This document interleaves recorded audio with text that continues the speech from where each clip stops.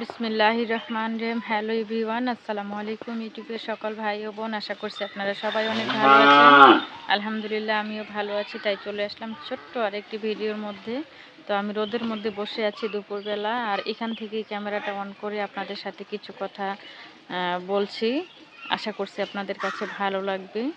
তো এখন দুপুর প্রায় 1:30 বাজে গেছে, 1:30 বাজে এখন। আর এখন কিন্তু আমি একটু রোদের মধ্যে বসছি। তো কালকে রোদ উঠছিল আর আজকে উঠছে। তো রোদ উঠলে কিন্তু অনেকটা ভালো লাগে কাজকর্ম করতেও। আজকে রোদের জন্য কিন্তু সকাল সকাল আমার সকল কাজকর্ম হয়ে গেছে। আজকে কিন্তু খুব একটা বেশি কাজ নেই, যেহেতু কালকে অনেকগুলো কাপড় ধুয়েছিলাম। আর আজকে কিন্তু অল্প কাপড় ছিল, সেগুলো কিন্তু সকালে ধুয়ে দিয়েছি। আর রান্নাবান্নাও তো সকালবেলা হয়ে গিয়েছে। আর তেমন কোনো কাজকর্ম আজকে রাখি নাই। আর আজকে মিষ্টি রোদের মধ্যে বসে আছি, অনেক ভালো লাগতেছে। তো এখানে কিন্তু পরিবেশটা অনেক সুন্দর। এই যে পাশে দেখেন যে ছাগল আছে, এই যে আমার পাশে ছাগল এখানে পাতা খাচ্ছে। আর এই যে এই পাশে গরু আছে, এই পাশে গরু আছে। আর এই যে এখানে মুরগি আছে অনেকগুলা। তো মুরগি হাঁস সব মিলেই পরিবেশটা কিন্তু গ্রামীণ পরিবেশ, অনেক সুন্দর।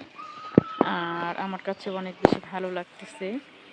আর ভাবতেছি যতক্ষণ রোদ আছে ততক্ষণ এখানে বসে থাকি। যখন রোদ থেকে উঠে ছায়ার মধ্যে যাচ্ছি তখন কিন্তু অনেক বেশি ঠান্ডা লাগতেছে। আর যখন রোদের মধ্যে থাকতেছি তখন কিন্তু খুবই ভালো লাগতেছে। তো এই রোদের মধ্যে সবার কিন্তু ভালো লাগে। এই শীতের মধ্যে মিষ্টি রোদটা সবাই কিন্তু পোহাতে চায়, তাই না? তো আমিও বসে আছি, খুবই ভালো লাগতেছে আমার কাছে। এইখানেই আবার আমার বাচ্চারা খেলা করলো একটু। তো ওদেরকে খেলতে খেলতে আবার খাওয়াই দিলাম।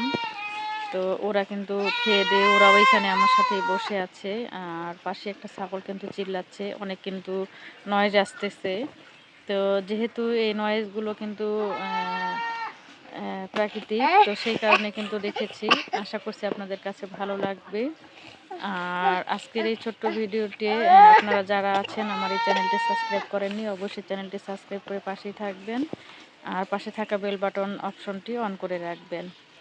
আর আপনাদের সবার জন্য অনেক অনেক দোয়া রইল আমার পক্ষ থেকে। আল্লাহ তাআলা সবাইকে ভালো রাখুক, সুস্থ রাখুক, নিরাপদে রাখুক। এই শীতের মধ্যে নিজের প্রতি অনেকটা যত্নবান হতে হবে, বাচ্চা কাচ্চাদের প্রতি অনেক যত্নবান হতে হবে।